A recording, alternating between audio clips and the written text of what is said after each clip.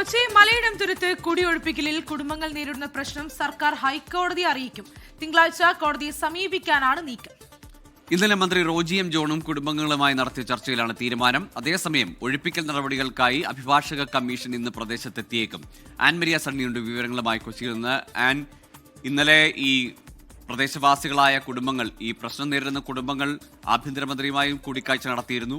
അതിൽ സുപ്രീം കോടതിയിലേക്കുള്ളൊരു നീക്കത്തിനുള്ള നിർദ്ദേശം അല്ലെങ്കിൽ അത്തരത്തിലുള്ള ശ്രമം നടത്താമെന്ന ഉറപ്പ് അവർക്ക് ലഭിച്ചു. ഇന്ന് ഏതായാലും ഒരു അഭിഭാഷക കമ്മീഷൻ എത്തുമ്പോൾ കഴിഞ്ഞ ദിവസം ഉണ്ടായതുപോലെ ഒരു മോശം അനുഭവം പോലീസിന്റെ ഭാഗത്തുനിന്ന് ഉണ്ടാവില്ല എന്നത് ഉറപ്പിക്കാമോ? മുന്നിലുള്ള നിയമവഴികൾ എന്തൊക്കെയാണ്?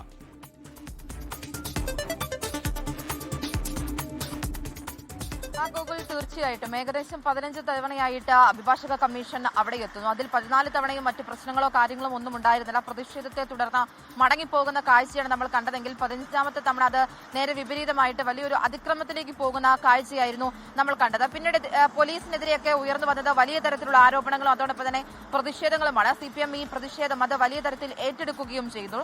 തുടർന്നാണ് ഇപ്പോൾ എന്തായാലും സർക്കാരിന്റെ ഒരു ഇടപെടൽ ആ വിഷയത്തിൽ ഉണ്ടായിരിക്കുന്നത് എന്ന് നമുക്ക് പറയാൻ വേണ്ടിയിട്ട് സാധിക്കും. സർക്കാർ കോടതിയിലേക്ക് പോകാൻ വേണ്ടി തീരുമാനിച്ചിരിക്കുന്നു. ഹൈക്കോടതിയിൽ ഈ കാര്യങ്ങൾ വിശദീകരിക്കും. തിങ്കളാഴ്ചയായിരിക്കും ഹൈക്കോടതിയിൽ കാര്യങ്ങൾ വിശദീകരിക്കുക.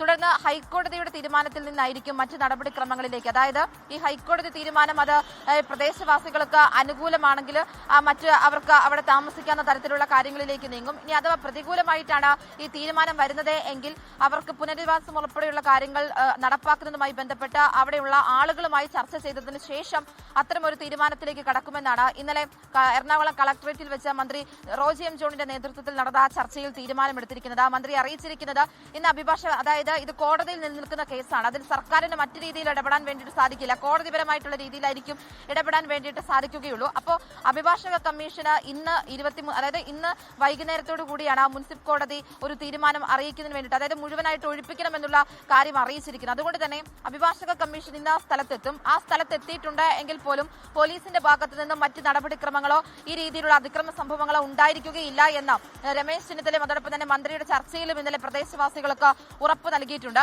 ഈ പ്രദേശവാസികൾ രമേശ് ചെന്നിത്തലയെ കാണാൻ വേണ്ടിയിട്ട് ഇന്നലെ അവിടെ എത്തിയിട്ടുണ്ടായിരുന്നു. തിരുവനന്തപുരത്ത് കൂടിക്കാഴ്ചകൾ നടത്തി. അതിൽ അദ്ദേഹം പറഞ്ഞിരിക്കുന്നതും ഈ സുപ്രീം കോടതി വരെയാണെങ്കിൽ പോലും ഇതിൽ പോകും, നിങ്ങളെ ഒറ്റപ്പെടുത്തുകയില്ല എന്നൊരു ഉറപ്പും ഈ പ്രദേശവാസികൾക്ക് നൽകുന്നുണ്ട്. ഇന്ന സ്ഥലത്ത് 8:30 ഡിവൈഎഫ്ഐയുടെ നേതൃത്വത്തിലുള്ള പ്രതിഷേധവും സംഘടിപ്പിച്ചിട്ടുണ്ട്. ഇതിന് രാഷ്ട്രീയപരമായിട്ടുള്ള നീക്കങ്ങളും അതിൽ നടക്കുന്നുണ്ട്. അതിൽ കോൺഗ്രസ് ഇതിനകത്ത് ഈ 14 തവണയും ഇല്ലാത്തൊരു കാര്യം, അതായത് 2 വർഷമായിട്ട് അവർ ഈ ദുരിതം അനുഭവിക്കുന്നു. ഈ ഇത്രയും കാലം അത്രയും സർക്കാരിന്റെ ഭാഗത്തു നിന്ന് മറ്റു ഇടപെടലോ കാര്യങ്ങളോ ഒന്നും ഉണ്ടായിട്ടില്ല. പക്ഷെ ഇപ്പോൾ ഇതാ സർക്കാരിന്റെ ഭാഗത്തു നിന്നും ഒരു ഇടപെടൽ ഉണ്ടായിരിക്കുന്നു എന്ന് റോജി എം ജോൺ പറയുമ്പോൾ പോലും അവിടെ CPM അവർക്ക് ഉണ്ടായിരിക്കുന്നത്, അതായത് ഈ ഭരണം ഏറ്റെടുത്തതിന് ശേഷം ഉണ്ടാകുന്ന ഏറ്റവും വലിയൊരു പ്രതിഷേധമായിട്ട് അതിനെ മാറ്റാൻ വേണ്ടിയിട്ടുള്ള നീക്കങ്ങളും അവിടെ നടക്കുന്നുണ്ട്.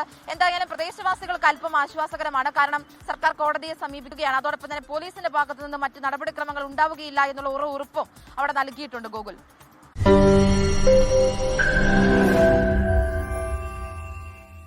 ലോകത്തെവിടെയായാലും ഏത് സമയത്തും 24 വാർത്തകളും ഓഗ്മെന്റഡ് റിയാലിറ്റി പാക്കേജുകളും എക്സ്പ്ലെയിനറുകളും വിശദമായി കാണാൻ ഞങ്ങളുടെ YouTube ചാനൽ നിങ്ങൾക്ക് സബ്സ്ക്രൈബ് ചെയ്യാം.